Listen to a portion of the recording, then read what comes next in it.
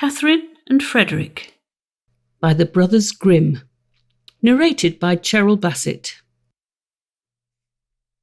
Once upon a time there was a youth named Frederick and a girl called Catherine, who had married and lived together as a young couple. One day Fred said, "I am now going into the fields, dear Catherine, and by the time I return let there be something hot upon the table, for I shall be hungry, and something to drink too, for I shall be thirsty." "Very well, dear Fred," said she. "Go at once, and I will make all right for you." As soon then as dinner time approached, she took down a sausage out of the chimney, and putting it in a frying pan with batter, set it over the fire. Soon the sausage began to frizzle and spit, while Catherine stood by holding the handle of the pan and thinking. And among other things, she thought that while the sausage was getting ready, she might go into the cellar and draw some beer. So she took a can and went down into the cellar to draw the beer, and while it ran into the can, she bethought herself that perhaps the dog might steal the sausage out of the pan, and so up the cellar stairs she ran, but too late, for the rogue had already got the meat in his mouth and was sneaking off. Catherine, however, pursued the dog for a very long way over the fields, but the beast was quicker than she and would not let the sausage go, but bolted off at a great rate. "Off is off," said Catherine, and turned round, and being very tired and hot, she went home slowly to cool herself. All this while the beer was running out of the cask, for Catherine had forgotten to turn the tap off, and so as soon as the can was full, the liquor ran over the floor of the cellar until it was all out. Catherine saw the misfortune at the top of the steps. "My gracious," she exclaimed, "what shall I do that Fred may not find this out?" She considered for some time till she remembered that a sack of fine malt yet remained from the last brewing in one corner, which she would fetch down and strew about in the beer. "Yes," said she, "it was spared at the right time to be useful to me now in my necessity." And down she pulled the sack so hastily that she overturned the can of beer for Fred, and away it mixed with the rest on the floor. "It's all right," said she. "Where one is, the other should be." And she strewed the malt over the whole cellar.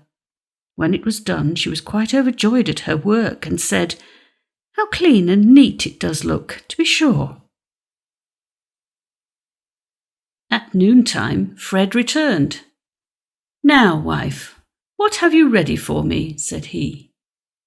"Ah, my dear Fred," she replied, "I would have fried you a sausage, but while I drew the beer, the dog stole it out of the pan, and while I hunted the dog, the beer all ran out, and as I was about to dry up the beer with the malt, I overturned your can.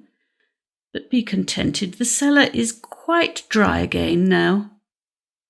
"Oh, Catherine, Catherine," said Fred, "you should not have done so, to let the sausage be stolen and the beer run out, and over all to shoot our best sack of malt."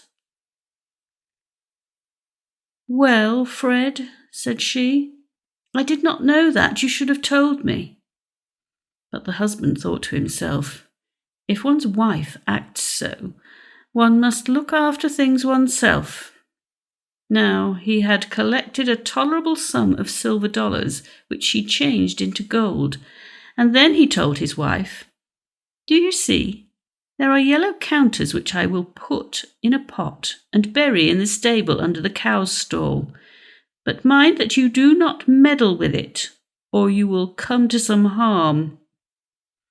Catherine promised to mind what he said, but as soon as Fred was gone, some hawkers came into the village with earthenware for sale, and amongst others they asked her if she would purchase anything. "Ah, good people," said Catherine, "I have no money and cannot buy anything, but if you can make use of yellow counters, I will buy them."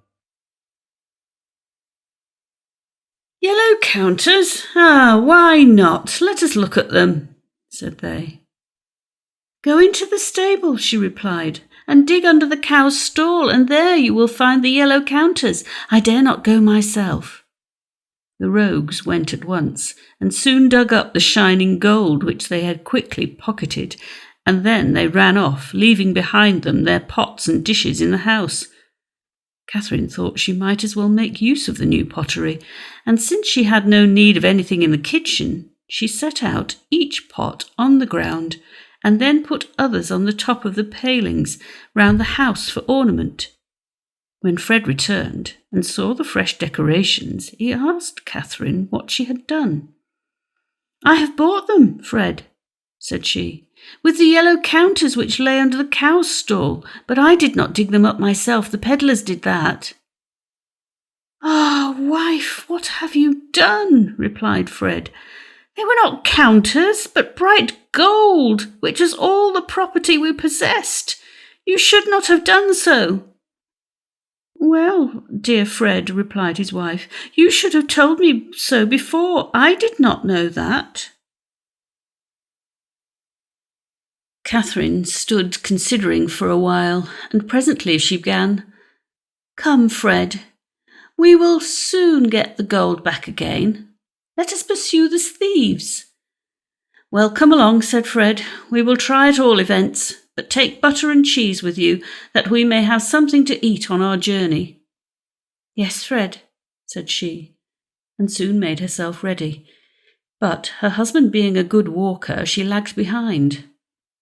"Ah," said she, "this is my luck, for when we turn back, I shall be a good bit forward." Presently she came to a hill, on both sides of which there were very deep ruts.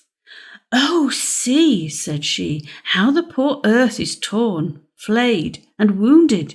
It will never be well again all its life." And out of compassion she took out her butter and greased the ruts over right and left, so that the wheels might run more easily through them. And while she stooped in doing this, a cheese rolled out of her pocket down the mountain. Catherine said when she saw it, "I have already once made the journey up, and I am not coming down after you. Another shall run and fetch you." So saying, she took another cheese out of her pocket and rolled it down. But as it did not return, she thought, "Perhaps they are waiting for a companion and don't like to come alone." And down she bowled a third cheese. Still, all three stayed, and she said, "I cannot think what this means. Perhaps it is that the third cheese has missed his way. I will send a fourth, that he may call him as he goes by." But this one acted no better than the others. And Catherine became so anxious that she threw down a fifth and a sixth cheese also, and they were the last. For a long time after this she waited, expecting they would come, but when she found they did not, she cried out, "You are nice fellows to send after a dead man. You stop a fine time. But do you think I shall wait for you? Oh, no, I shall go on. You can follow me. You have younger legs than I." So saying, Catherine walked on and came up with Fred, who was waiting for her, because he needed something to eat. "Now," said he, "give me quickly what you brought." She handed him the dry bread. "Where are the butter and cheese?" cried her husband. "Oh, Fred dear," she replied, "with the butter I have smeared the ruts, and the cheeses will soon come, but one ran away and I sent the others after it to call it back." "It was silly of you to do so," said Fred, "to grease the roads with butter and to roll cheese down the hill." "If you had but told me so," said Catherine vexedly. So they ate the dry bread together, and presently Fred said, "Catherine, did you make things fast at home before you came out?" "No, Fred," said she, "you did not tell me." "Then go back and lock up the house before we go further. Bring something to eat with you, and I will stop here for you." Back Catherine went, thinking, "Ah, Fred, will like something else to eat. Butter and cheese will not please. I will bring with me a bag of dried apples and a mug of vinegar to drink." When she had put these things together, she bolted the upper half of the door, but the under door she raised up and carried away on her shoulder, thinking that certainly the house was well protected if she took such good care of the door. Catherine walked along now very leisurely, for, said she to herself, "Fred will have all the longer rest," and as soon as she reached him, she gave him the door, saying, "There, Fred, now you have the house door, you can take care of the house yourself." "Oh, my goodness," exclaimed the husband. "What a clever wife I have. She has bolted the top door but brought away the bottom part, where anyone can creep through. Now it is too late to go back to the house, but since you brought the door here, you may carry it onward." "The door I will willingly carry," replied Catherine, "but the apples and the vinegar will be too heavy, so I shall hang them on the door and make that carry them." Soon after they came into a wood and looked about for the thieves, but they could not find them, and when it became dark they climbed up into a tree to pass the night. But scarcely had they done this, when up came the fellows who carried away what should not go with them, and find things before they are lost. They laid themselves down right under the tree which Fred and Catherine were, and making a fire prepared to share their booty. Then Fred slipped down on the other side and collected stones, with which he climbed the tree again to beat the thieves with. The stones, however, did them no harm, for the fellows called out, It will soon be morning, for the wind is shaking down the chestnuts." All this while Catherine still had the door upon her shoulder, and as it pressed very heavily, she thought the dried apples were in fault, and said to Fred, "I must throw down these apples." "No, Catherine," said he, "not now, they might discover us." "Ah, I must though, they are so heavy." "Well then, do it in the hangman's name," cried Fred. As they fell down, the rogues said, "The birds are pulling off the leaves." A little while after, Catherine said again, "Oh, Fred, I must pour out the vinegar, so it's so heavy." "No, no," said he, "it will discover us." "Ah, but I must, Fred, it's very heavy," said Catherine. "Well then, do it in the hangman's name," cried Fred. So she poured out the vinegar, and as it dropped on them, the thieves said, The dew is beginning to fall." Not many minutes after, Catherine found the door was still quite heavy, and said again to Fred, "Now I must throw down this door." "No, Catherine," said he, "that would certainly discover us." "Oh, Fred, but I must, it presses me so terribly." "No, Catherine dear, do hold it fast," said Fred. "There, it is gone," said she. "Then let it go in the hangman's name," cried Fred, while it fell crashing through the branches. The rogues below thought the evil one was descending the tree, and ran off, leaving everything behind them. And early in the morning Fred and his wife descended, and found all their gold under the tree. As soon as they got home again, Fred said, "Now, Catherine, you must be very industrious and work hard." "Yes, my dear husband," said she, "I will go into the fields to cut corn." When she was come into the fields, she said to herself, "Shall I eat before I cut, or sleep first before I cut?"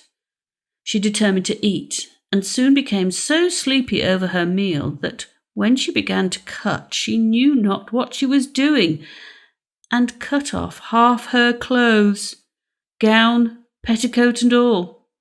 When, after a long sleep, Catherine awoke, she got up, half stripped, and said to herself, Am I myself, or am I not? Ah, I am not myself. By and by night came on, and Catherine ran into the village and, knocking at her husband's window, called, "Fred!" "What is the matter?" cried he. "I want to know if Catherine is indoors," said she. "Yes, yes," answered Fred. "She is certainly within, fast asleep." "Then I am at home," said she, and ran away. Standing outside, Catherine found some thieves wanting to steal, and going up to them, she said, "I will help you." At this the thieves were very glad, not doubting, but that she knew where to light on what they sought. But Catherine, stepping in front of the houses, called out, "Good people, what have you that we can steal?" At this the thieves said, "You will do for us with a vengeance," and they wished they had never come near her. But in order to rid themselves of her, they said, "Just before the village the parson has some roots lying in his field. Go and fetch some." Catherine went as she was bid, and began to grub for them, and soon made herself very dirty with the earth. Presently a man came by and saw her, and stood still, for he thought it was the evil one who was grovelling so among the roots. Away he ran into the village to the parson, and told him the evil one was in his field, rooting up the turnips. "Ah, heavens," said the parson, "I have a lame foot, and I cannot go out to exorcise him." "Then I will carry you a pick-a-back," said the man, and took him up. Just as they arrived in the field, Catherine got up and drew herself up to her full height. "Oh, it is the evil one," cried the parson, and both he and the man hurried away, and behold, the parson ran faster with his lame legs through fear and terror than the countryman could with his sound legs. Brothers Grimm. The brothers Grimm, die Brüder Grimm or die Gebrüder Grimm, Jacob 1785 to 1863, and Wilhelm Grimm 1786 to 1859, were German academics, philologists, cultural researchers, lexicographers and authors who together collected and published folklore during the 19th century. They were among the best-known storytellers of folk tales and popularized stories such as Cinderella, The Frog Prince, The Goose Girl, Hansel and Gretel, Rapunzel, Rumpelstiltskin, Sleeping Beauty, and Snow White. Their first collection of folk tales, Children's and Household Tales, was published in 1812. The brothers spent their formative years in the German town of Hanau. Their father's death in 1796 impoverished the family and affected the brothers for many years after. They attended the University of Marburg, where they developed a curiosity about German folklore, which grew into a lifelong dedication to collecting German folk tales. The rise of Romanticism during the 19th century revived interest in traditional folk stories, which to the brothers represented a pure form of national literature and culture. With the goal of researching a scholarly treatise on folk tales, they established a methodology for collecting and recording folk stories that became the basis for folklore studies. Between 1812 and 1857, their first collection was revised and republished many times, growing from 86 stories to more than 200. In addition to writing and modifying folk tales, the brothers wrote collections of well-respected German and Scandinavian mythologies, and in 1838 they began writing a definitive German dictionary, Deutsches Wörterbuch, which they were unable to finish during their lifetimes. Many of the Grimm's folk tales have enjoyed enduring popularity. The tales are available in more than 100 languages and have been adapted by filmmakers including Lotte Reiniger and Walt Disney. with films such as Snow White and the Seven Dwarfs and Sleeping Beauty. During the 1930s and 40s, the tales were used as propaganda by the Third Reich. Later, in the 20th century, psychologists such as Bruno Bettelheim reaffirmed the value of the work, in spite of the cruelty and violence in original versions of some of the tales, which the Grimms eventually sanitized. Writing. From 1807 onward, the brothers added to the collection. Jacob established the framework, maintained through many iterations, from 1815 until his death.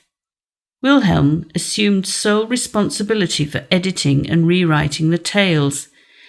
He made the tales stylistically similar, added dialogue, removed pieces that might detract from a rustic tone, improved the plots, and incorporated psychological motifs.